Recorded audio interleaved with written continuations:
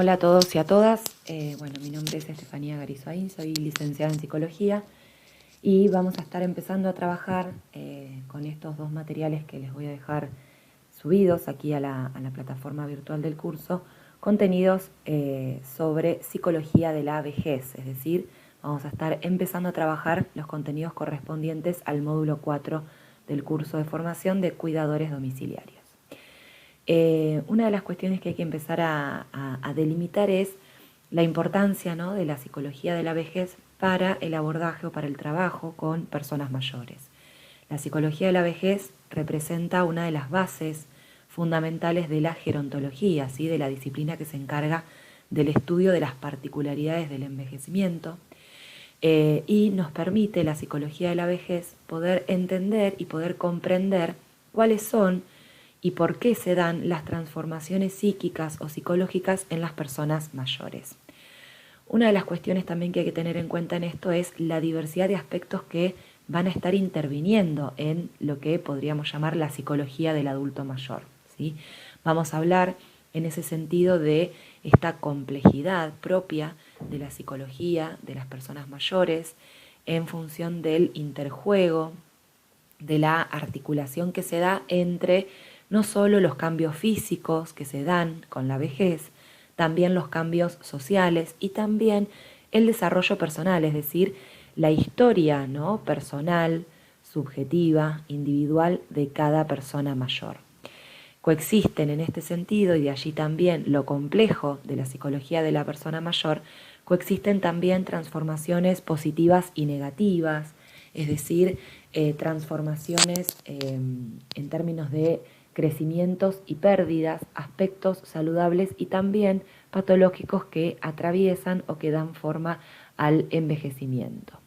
Vamos a ver entonces cuáles son aquellos aspectos conflictivos, ¿no?, de la vida psíquica en la vejez y por qué se puede llegar a demandar, porque suele, ¿no?, demandarse el cuidado de personas mayores, pensando también que nos encontramos en un momento del ciclo vital en donde por lo general es más frecuente la mayor necesidad y de asistencia, de ayuda, de sostén y de soporte, y también la mayor dependencia en esta etapa, ¿no?, del curso vital. Vamos a resaltar permanentemente que la vida psíquica o la vida psicológica de las personas mayores es tan rica como la de una persona joven. En ese sentido, siempre recordar que la posibilidad de contar como personas mayores con objetivos, disfrutes, sueños, proyectos a futuro, no solamente es posible en la vejez, sino también necesario siempre a lo largo de toda la vida, incluso en la vejez, entendiendo la vejez como, diríamos, la última etapa, ¿no?, del curso o del ciclo vital.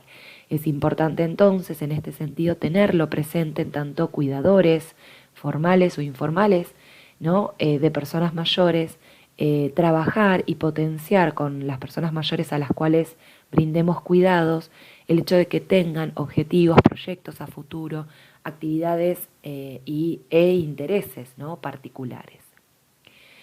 Bien, en términos conceptuales y teóricos, vamos a ver que dentro de la psicología de la vejez existe un enfoque teórico que nos sirve y que nos ayuda para entender precisamente estas transformaciones que se van dando a lo largo del curso vital y que tienen especial importancia para nosotros pensándolo desde la vejez. En este sentido vamos a hacer foco en el enfoque del ciclo vital, así se denomina este enfoque conceptual y teórico, y vamos a ver que existen 7 ejes que organizan y que estructuran este enfoque teórico para pensar el envejecimiento. En primer lugar, el eje 1, que nos va a señalar que el envejecimiento es un proceso de diferenciación progresiva, ¿sí? O se relaciona este primer eje con la posibilidad de entender que envejecemos todos y se envejece desde que se nace, ¿no? Envejecer es propiedad de cualquier forma de vida, ¿no? En este sentido, la condición del ser humano implica el envejecimiento mismo. Hablamos en este punto de envejecimiento biológico, ¿no? Un proceso que se conoce como senescencia. Y en este punto vamos a ver que si bien el envejecimiento es propio de cualquier forma de vida, luego vamos a encontrar, por supuesto, variaciones, diferencias de acuerdo a las diversas culturas, las diversas sociedades y también que se envejece distinto también dependiendo del momento histórico, ¿sí? No es la misma la vejez actual de pleno siglo XXI que, por ejemplo, la vejez de nuestros abuelos o bisabuelos, ¿sí? En ese sentido, lo que vamos a sostener es precisamente que no todos los individuos envejecen de la misma manera. Y en ese punto, entonces, vamos a resaltar que hay tantas vejeces, ¿no? Hay tantas formas de envejecer como de individuos, ¿sí? Hay tantas formas de envejecer como individuos hay. Por eso es que vamos a hablar de vejeces en plural y no de la vejez, como si hubiera solamente una única manera en que se puede o se debe envejecer. En segundo lugar, nos vamos a encontrar con este segundo eje que nos va a señalar esta visión crítica, ¿no? Respecto de la vejez. Una especie de revisión crítica, de reconceptualización del modo en que entendemos el desarrollo y el envejecimiento, ¿sí? En este sentido, la apuesta desde el enfoque del curso vital es dejar de pensar a la vejez de una manera estática, ¿no? De una manera unidimensional, y esto ahora lo vamos a revisar, como únicamente pensando la vejez como si fuera una etapa donde lo único que hay son limitaciones, ¿sí? Esta mirada que habitualmente entiende la vejez como sinónimo de enfermedad, por ejemplo. Por el contrario, nos vamos a encontrar con que en toda etapa del ciclo vital, incluida la vejez, se van a conjugar tanto ganancias como pérdidas, ¿sí? En este punto, lo que podríamos entonces sostener es que vejez no es sinónimo de enfermedad. Se envejece desde que se nace en el sentido de que hablamos de un proceso progresivo, digamos, nos referimos al envejecimiento como un proceso de diferenciación progresiva, tal como lo acabábamos de señalar, en donde se van a conjugar, así como pérdidas, como en cualquier etapa del ciclo vital, también ganancias. Entonces veremos cuáles son las ganancias o las particularidades específicas aquí para el envejecimiento. Otro eje fundamental para el enfoque del curso vital es la irrelevancia de la edad cronológica, ¿sí? Esto nos lleva a pensar que en realidad la edad que pueda llegar a tener un sujeto no es tan importante como usualmente se cree, ¿sí? Se va a relativizar la importancia que se le daba usualmente a la edad cronológica y vamos a sostener en este sentido que es menos importante el tiempo que pasa que lo que ocurre efectivamente durante ese tiempo. Es decir, es menos importante la edad cronológica que tenga ese sujeto que cómo ese sujeto haya vivido, ¿no? A lo largo de ese tiempo. Cuáles son las transformaciones, las particularidades, ¿no? Que ocurren durante ese tiempo vivido por parte de ese sujeto en particular. Vamos a ver en este punto qué importancia tienen las variables socioculturales, es decir, cómo inciden las características sociales, culturales, históricas, económicas, políticas, cómo inciden esos atravesamientos en el modo en que cada sujeto envejece y no tanto focalizándonos exclusivamente en la edad cronológica, ¿sí? La irrelevancia entonces de la edad cronológica o, lo que es lo mismo, la importancia relativa de la edad cronológica que se le da desde este enfoque del curso vital. Si avanzamos y pasamos al eje número 4 de estos 7 ejes que le dan forma y le dan estructura a este enfoque conceptual teórico que es el enfoque del ciclo vital, vamos a ver también que nos encontramos con una especie de revisión de un modelo deficitario desde el cual usualmente se suele pensar a la vejez, y revisión entonces también de estereotipos que circulan sobre la vejez y el envejecimiento, ¿sí? Este modelo deficitario que se relaciona con prejuicios que usualmente circulan en torno a envejecer y ser viejo, y que conmueve, y que promueve, mejor dicho, profecías autocumplidoras, en el sentido de que si todos esperan, es decir, si socialmente, si familiarmente, ¿no?, esperan que yo me comporte, por ejemplo, como un desvalido por el solo hecho de ser viejo, es muy probable entonces que me convierta en una persona dependiente. Si socialmente o culturalmente se espera de los viejos que no puedan hacer determinadas cosas, que les cueste, por ejemplo, manejar la tecnología, que no puedan hacer actividad física por temor a algún accidente que puedan sufrir, si social y culturalmente se entiende que los viejos, a los viejos les cuesta o no pueden manejar, como decía recién, la tecnología, manejar, por ejemplo, cómo usar o cómo acceder a un cajero automático, es muy probable entonces que en términos, eh, en términos comunes diríamos, bueno, me crea ese cuento, me crea esa historia y entonces doy por hecho que efectivamente no voy a poder manejar el cajero, no voy a poder manejar un teléfono nuevo, ¿no?, de estos smartphones. Este modelo deficitario entonces se traslada a profecías que se terminan autocumpliendo. Si todos piensan que no puedo, entonces no voy a poder. Y lo que vamos a ver en este sentido es la revisión que se generan de estos estereotipos respecto de lo que usualmente entendemos por vejez o envejecimiento y la importancia que se le da desde el enfoque del curso vital a la revisión de estos estereotipos, de estos prejuicios que usualmente circulan sobre la vejez y el envejecimiento. Vamos a ver ahora a continuación un video que evidencia o pone a modo de ejemplo esta revisión. Las invito a ver la siguiente publicidad, tiene ya unos años, es una publicidad del agua mineral Eco de los Andes que refleja un poco estos prejuicios o estereotipos que usualmente circulan respecto de la vejez. Para ver, ¿no?, esto de precisamente lo que veíamos recién, el modelo deficitario de la vejez, los prejuicios, ¿no?, que circulan sobre la vejez,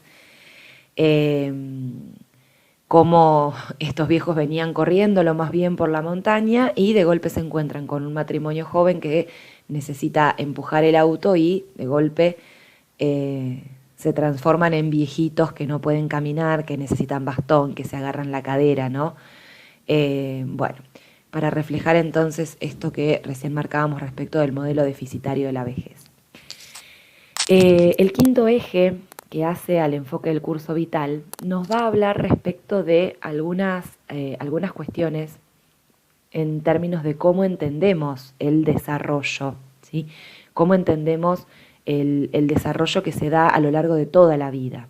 Y vamos a ver que una de las características, ¿no?, del desarrollo evolutivo de cualquier sujeto es la multidimensionalidad. Y esto tiene que ver con el hecho de que no hay una única dimensión, no hay una sola dimensión que por sí sola determine la existencia o el curso evolutivo de un sujeto, ¿sí?, sino que nos vamos a encontrar con múltiples dimensiones que van a interactuar y que van a ir guiando esta interacción de estas múltiples dimensiones, van a ir guiando el desarrollo, ¿sí?, de ese sujeto. En este sentido, estas múltiples dimensiones interactúan de diversa manera en múltiples direcciones. Esto hace también que hace, digamos, a los diferentes modos de envejecer de cada sujeto, como dimensiones ligadas a lo biológico, lo educativo, lo social, lo cultural, lo familiar, aspectos que tienen que ver con aspectos biográficos, es decir, aquello que a cada persona le sucede y le acontece en su vida, cómo todos estos factores, estas dimensiones interactúan llevando en cada sujeto el curso de su desarrollo evolutivo en diferentes direcciones.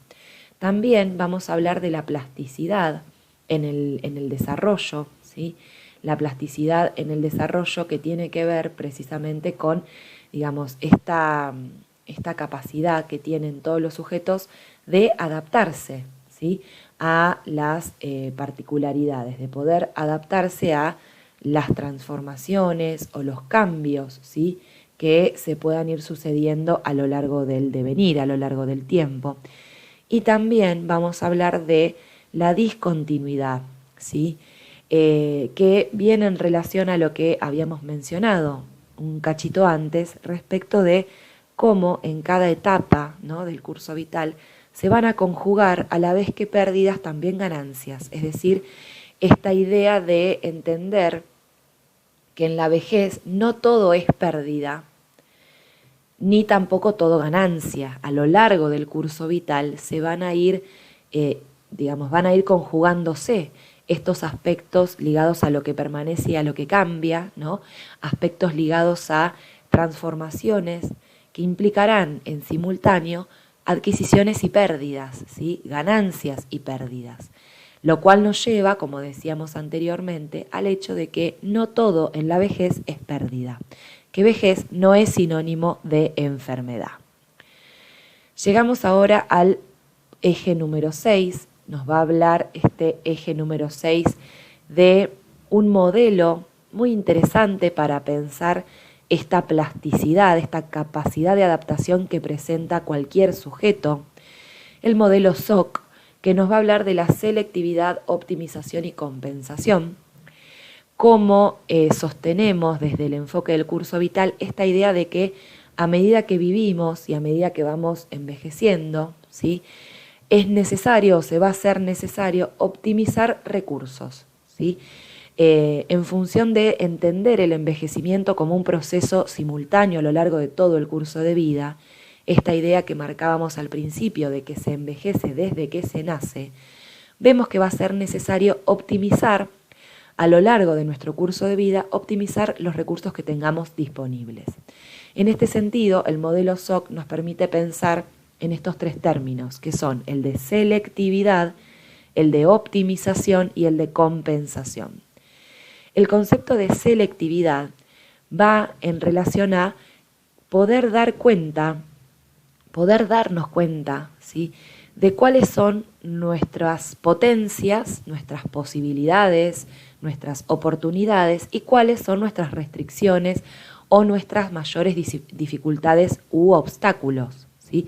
Poder reconocer en qué nos va mejor, diríamos, y en qué no tanto, cuáles son aquellos dominios, aquellos aspectos de nuestra vida cotidiana en donde todavía podemos desarrollarnos y podemos manejarnos de manera independiente, autónoma y autoválida, y cuáles son aquellos aspectos de nuestra vida cotidiana en donde presentamos ciertas restricciones, ¿no? En este sentido hablamos de distintos dominios de nuestro funcionamiento habitual que pueden verse afectados por el paso del tiempo, no solo lo biológico, ¿no?, sino también desde el aspecto de lo social y desde el aspecto subjetivo o individual. Poder entonces darnos cuenta de cuáles son nuestras potencias y cuáles son nuestras debilidades y actuar en consecuencia, ¿sí? Actuar en consecuencia implica entonces poder seleccionar aquellos aspectos en donde todavía nos encontramos capaces de y actuar en consecuencia, ¿sí? Y también saber cuáles son, esa sería la selección centrada en las ganancias, es decir, seleccionar cuáles son todavía nuestras potencias, ¿sí?, nuestras capacidades. Y también saber en qué no nos va tan bien, ¿sí?, cuáles son nuestras mayores debilidades para poder también actuar allí en consecuencia. Y allí hablaríamos de la selección centrada en las pérdidas, ¿no?, en las debilidades. Hacer este trabajo de selectividad nos permite luego optimizar recursos. Es decir, si yo sé en qué me va mejor y en qué no tanto, podré optimizar los recursos que dispongo para compensar aquellas dificultades que yo pueda llegar a estar teniendo, ¿no? Poder optimizar los recursos disponibles para, y esto nos lleva así al tercer punto, para poder compensar y regular las pérdidas, las dificultades, las debilidades que yo tenga en determinados dominios que pueden ser, decíamos recién, biológico, social o individual, ¿sí? ¿sí? Compensación entonces de aquellas debilidades que yo pueda llegar a percibir en mi vida cotidiana. En ese sentido, ustedes se van a encontrar con un ejemplo muy interesante en el cuadernillo respecto de un pianista argentino muy reconocido, Rubinstein, que a partir de una entrevista que aparece mencionada allí en el cuadernillo podemos pensar ejemplos para entender este modelo de selectividad, optimización y compensación. En principio entonces poder dar cuenta y poder tomar conciencia de cuáles son mis potencias y mis debilidades, ¿sí? Poder hacer una selección en función de las oportunidades y las restricciones que yo presente en distintos dominios de mi funcionamiento cotidiano. En segundo lugar, poder optimizar recursos habida cuenta de mis potencias y mis debilidades y poder compensar en ese sentido las pérdidas o las debilidades que yo pueda presentar. Regular en este sentido las pérdidas que yo pueda estar percibiendo en mi funcionamiento habitual o cotidiano. Y por último llegamos a el eje número 7, que nos va a hablar de la importancia del contexto y de la historia en el desarrollo de cualquier persona.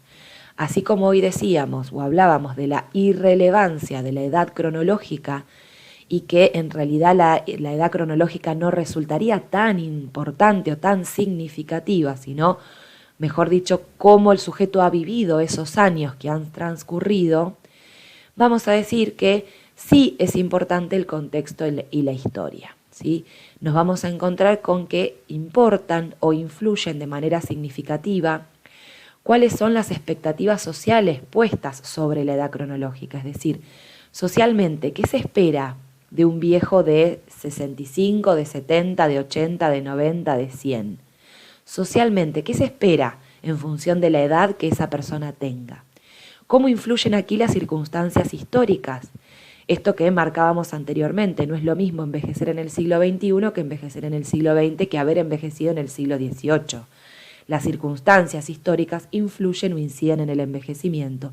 Y luego tendremos que tener en cuenta también cómo influyen los acontecimientos personales únicos, es decir, lo que cada sujeto ha vivido en su vida, las trayectorias vitales o los acontecimientos biográficos singulares y particulares de cada sujeto. En ese sentido, recordemos lo siguiente, que hay tantos modos de envejecer como sujetos que envejecen, ¿sí? Que vamos a ver o vamos a entender al envejecimiento como un proceso de diferenciación progresiva, ¿sí? Que se da durante toda la vida, es decir, se envejece desde que se nace, que la edad cronológica no es tan importante, ¿sí? Hablamos en este sentido de la irrelevancia de la edad cronológica y, por el contrario, de la importancia del contexto y de la historia, ¿sí? También esta revisión crítica de los prejuicios o estereotipos que circulan sobre la vejez y por qué es importante que como cuidadores domiciliarios hagamos una revisión crítica de los estereotipos o de los prejuicios que cada uno pueda llegar a tener en relación a la vejez y al envejecimiento, ¿no? A las personas mayores, evitando reproducir esos prejuicios o esos estereotipos.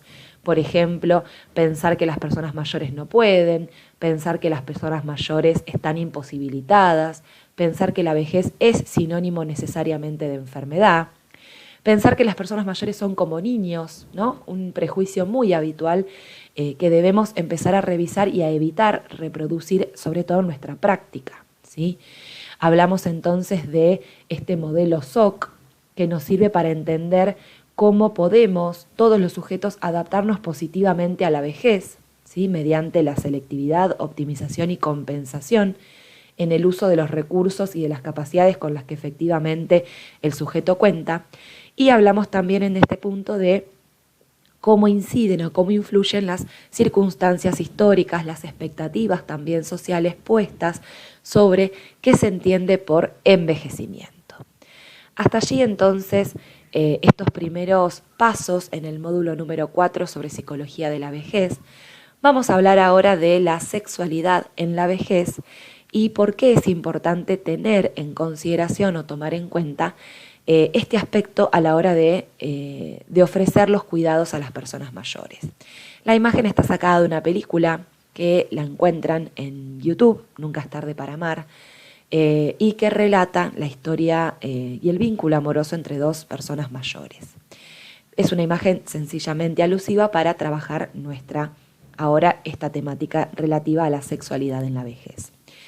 Nos vamos a encontrar hoy, decíamos, ¿no? La psicología de la vejez le da sustento, ¿no?, a la gerontología, entendida como aquella disciplina que se encarga de estudiar las particularidades de la vejez, del envejecimiento. La gerontología también aborda la sexualidad desde un discurso que busca evitar la mirada moralista o puritana respecto de la sexualidad en la vejez. Esta mirada que,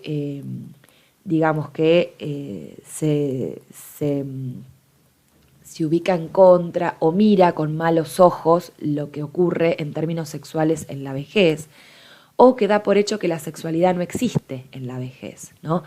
Al contrario, la gerontología trata de pensar que sexualidad y envejecimiento no son términos que se excluyen, sino que sexualidad y vejez van de la mano, ¿sí? Hay sexualidad en la vejez. La idea es poder pensar entonces cómo trabajar en este sentido desde la perspectiva de los cuidadores domiciliarios. Pensar entonces también que una vida sexual activa constituye un valor central de la salud de todo sujeto, incluido también aquí, por supuesto, las personas mayores.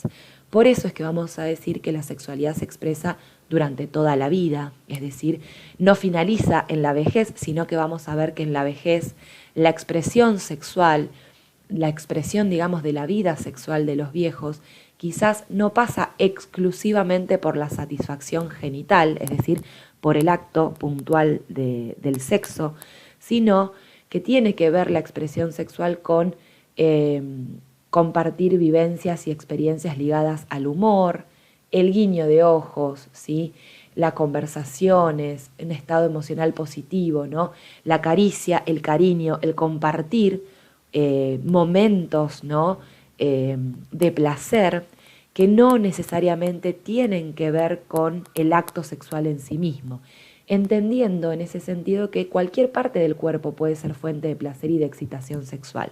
De allí la caricia, el tomarse de manos, el compartir desde otro lado, a partir de una conversación, a partir del humor, a partir de la complicidad que se genera entre dos personas mayores, y pensar que la sexualidad en este sentido no tiene límite para su expresión.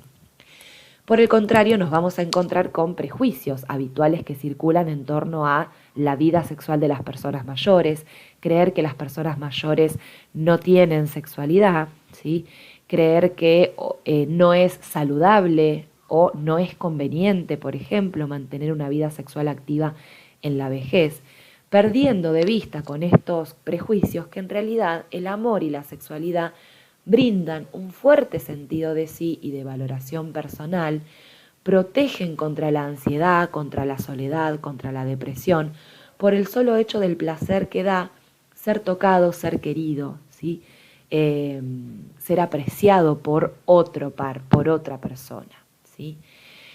Por eso es que es importante, ¿no?, tener en cuenta o que sepamos de estos temas a la hora de brindar el cuidado a personas mayores, ¿sí? ¿Por qué es importante formarnos y leer sobre estos temas? ¿Por qué será importante reflexionar y conocer entonces sobre estas temáticas, ¿sí? Es fundamental que los cuidadores tengamos estos conocimientos porque puede suceder, y esto es bastante frecuente, que quizás otros integrantes del equipo de salud que interviene con la persona a la cual nosotros cuidamos, o aquellos otros significativos, familiares o que se encuentran dentro de la red social de apoyo de las personas mayores, ignoren o traten de evitar ese tema, ¿no? De eso no se habla. Es importante que entonces las personas mayores con las cuales nosotros trabajamos al menos puedan expresar o hablar sobre estos temas con nosotros, ¿no?, con los cuidadores domiciliarios. Al trabajar en el cotidiano, en el día a día, al trabajar todos los días con las personas mayores, hace esto también que sea imposible hacer de cuenta que eso no existe, ¿no? No es posible para los cuidadores dejar de lado esta temática, ¿sí? Por eso nos vamos a encontrar en el cuadernillo con cuáles son algunas conductas recomendables en relación a la sexualidad en las personas mayores y cuáles son conductas evitables, ¿no? Que mejor evitar. Es importante respetar la intimidad de las personas mayores, mantener siempre una escucha abierta y una actitud comprensiva en relación a la expresión sexual de las personas mayores a las que cuidamos, orientar en el caso de que sea necesario a que la expresión de la sexualidad de las personas mayores sea en un espacio íntimo, en un espacio privado. Colabora también en esto poder reflexionar y poder apuntalar a las familias, ¿no? Sobre la reflexión sobre estos prejuicios respecto de la sexualidad en la vejez. Si es necesario, y dentro de los límites de respetar la privacidad de las personas a las cuales cuidamos, comunicar estas expresiones de sexualidad a los familiares o los profesionales que atienden, ¿sí? A nuestros cuidados, a las personas a las cuales cuidamos, y ayudar y contener y sostener para que no sientan vergüenza o miedo por su vida sexual. ¿Cuáles serían entonces, por el contrario, conductas a evitar? Deberíamos evitar censurar estas manifestaciones sexuales, deberíamos evitar, por ejemplo, elevar la voz en el momento en que tengamos que encauzar o reencauzar una situación ligada a la expresión o a la manifestación de la sexualidad de las personas mayores. Debemos evitar pensar que esas conductas sexuales están dirigidas a nosotros, ¿sí? Evitar generar también situaciones que se presten a confusión en el cuidado que brindamos. Proponer también o aceptar, ¿no? Esto no son conductas, por supuesto, a evitar. Aceptar actividades sexuales con la persona a la cual cuidamos a cambio de beneficios, ¿no? Para el cuidador. Promover o acceder a contratos sexuales explícitos, ¿no? Por supuesto, esto son conductas totalmente repudiables y a evitar. Y por supuesto también juzgar la elección sexual del adulto mayor. Se van a encontrar hacia el final del PowerPoint con 2 videos que sugiero ver respecto de la diversidad sexual en la vejez. No podemos entonces en este sentido, ya para ir cerrando esta primera ponencia, no podemos desconocer que obviamente existen patologías que pueden llegar a limitar directa o indirectamente la expresión sexual de las personas mayores. Podemos encontrarnos con deterioros crónicos o agudos desde lo físico o desde lo mental que puedan llegar a reducir o inhibir el deseo sexual de nuestras personas, de las personas mayores a las cuales cuidamos. En ese caso, ante cualquier duda o ante cualquier inquietud, es pertinente consultar con los profesionales, ¿sí? Para saber cuáles son las mejores, qué cuestiones hay que tener en cuenta para que las personas a las cuales cuidamos puedan disfrutar lo más plenamente posible de su sexualidad sin correr ningún riesgo innecesario, ¿sí? De allí entonces que sea importante tomar esos recaudos.